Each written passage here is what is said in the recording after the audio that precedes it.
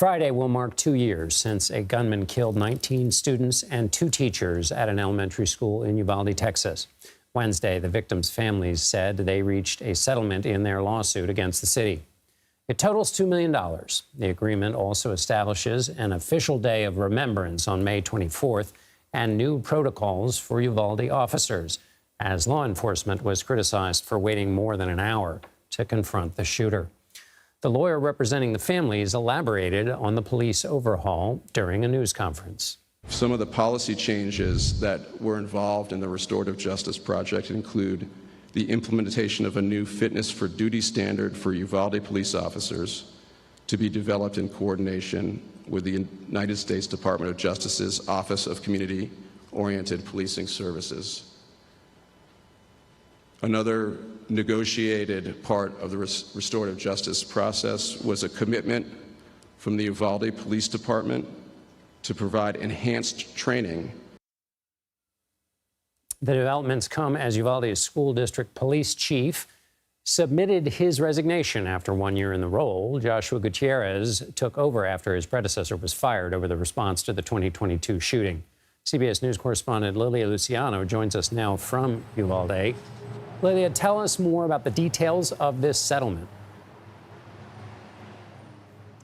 Hey, John, good to hear you. So this is a settlement that, of course, to anybody listening, $2 million in such a horrific, not just loss of life, but abject failure, as found by multiple investigations, including one from the Department of Justice, sounds pretty remarkable, if not ridiculous, is the word that I've heard over here.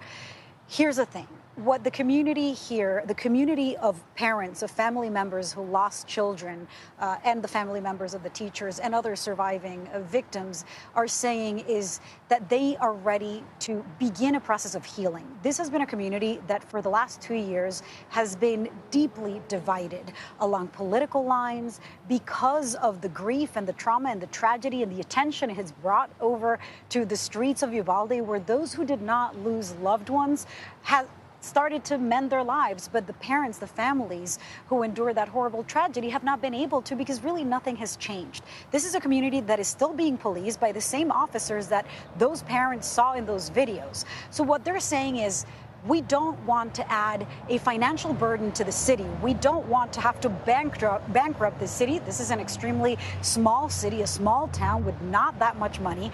And they're saying, okay, we will accept $2 million that are coming from the city's insurance.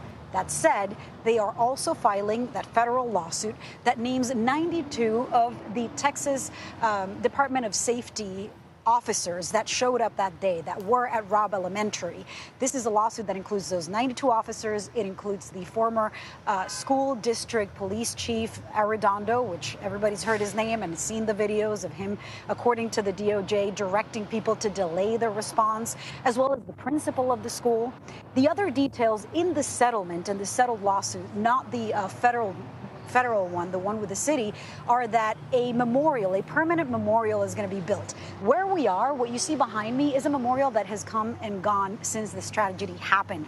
I've heard from families who have been felt betrayed and felt so disappointed because sometimes the ornaments would come up and then the city or someone else would remove them. And as the city tries to not be stuck in time, frozen in time of that tragic day, they're also trying to make sure that the families know that their children will be memorialized. So there's going to be a permanent memorial. They're going to allow for 2 spots of the board that runs the cemetery here in Uvalde to go to the families of the victims. Part of that is because the families say that they have had to pay for all of the upkeep, for fixing the ornaments and keeping the gravesite where their children are buried up, and the city has not really provided the maintenance that they expected, so there's an agreement on that. There's going to also be, as you mentioned, May 24th, the day of the shooting, which is happening in 2 days on Friday, is going to be held as a day of remembrance for them. And then there's going to be other resources, mental health, working with third parties to bring hope and bring light to the children of Uvalde, as well as, of course, increased training and a new standard for fitness of duty for police officers so that according to the families, if this ever happens again here or elsewhere, there's not that level of failure, which the lawsuit calls the worst police response to an active shooter in American history. Lilia Luciano in Uvalde, Texas. Thank you.